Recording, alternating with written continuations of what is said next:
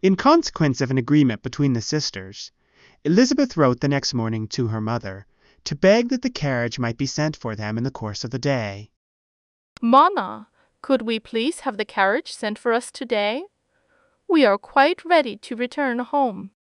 But Mrs. Bennet, who had calculated on her daughters remaining at Netherfield till the following Tuesday, which would exactly finish Jane's week, could not bring herself to receive them with pleasure before. Her answer, therefore, was not propitious, at least not to Elizabeth's wishes, for she was impatient to get home. You cannot possibly have the carriage before Tuesday. If Mr. Bingley and his sister press you to stay longer, you may do so, but I must insist that you remain until then. Mrs. Bennet sent them word that they could not possibly have the carriage before Tuesday, and in her postscript it was added that if Mr. Bingley and his sister pressed them to stay longer, she could spare them very well. Against staying longer, however, Elizabeth was positively resolved, nor did she much expect it would be asked, and fearful, on the contrary, of being considered as intruding themselves needlessly long, she urged Jane to borrow Mr. Bingley's carriage immediately, and at length it was settled that their original design of leaving Netherfield that morning should be mentioned, and the request made. Jane, we should not impose on them any longer. Let us borrow Mr. Bingley's carriage and leave as we originally intended.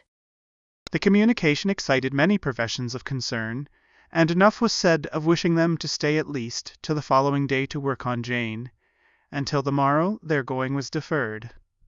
Miss Bingley was then sorry that she had proposed the delay, for her jealousy and dislike of one sister much exceeded her affection for the other.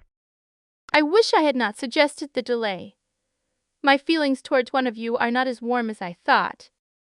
The master of the house heard with real sorrow that they were to go so soon, and repeatedly tried to persuade Miss Bennet that it would not be safe for her, that she was not enough recovered. But Jane was firm where she felt herself to be right. "Miss Bennet, are you certain it is wise to leave so soon? You do not seem fully recovered."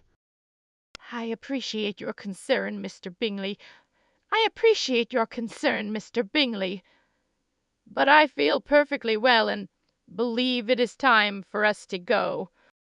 To Mr. Darcy it was welcome intelligence. Elizabeth had been at Netherfield long enough.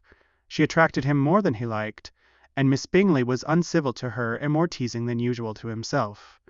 He wisely resolved to be particularly careful that no sign of admiration should now escape him, nothing that could elevate her with the hope of influencing his felicity, sensible that, if such an idea had been suggested, his behaviour during the last day must have material weight in confirming or crushing it.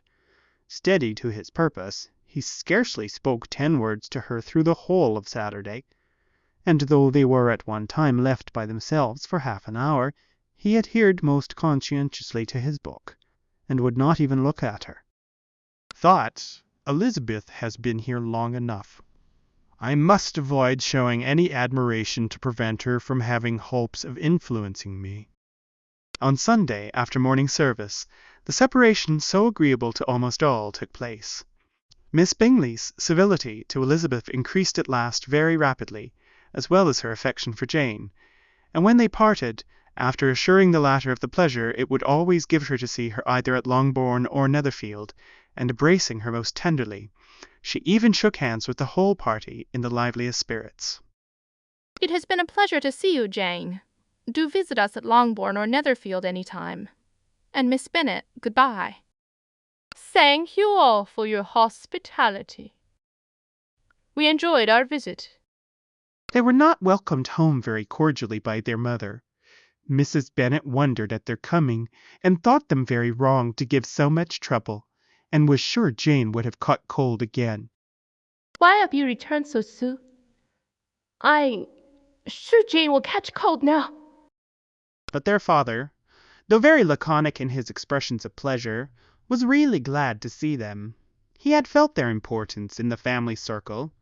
The evening conversation, when they were all assembled, had lost much of its animation, and almost all its sense, by the absence of Jane and Elizabeth. "It's good to have you back." They found Mary, as usual, deep in the study of thorough base and human nature, and had some new extracts to admire, and some new observations of threadbare morality to listen to. Catherine and Lydia had information for them of a different sort. Much had been done, and much had been said in the regiment since the preceding Wednesday. Several of the officers had dined lately with their uncle. A private had been flogged, and it had actually been hinted that Colonel Forster was going to be married. I've been studying thoroughly. I have some new extracts for you to admire, and some fresh observations. Oh, you should hear the latest news. A buzz has happened in the regiment. Some officers dined with our uncle, and there is even a rumor that Colonel Forster might be getting married.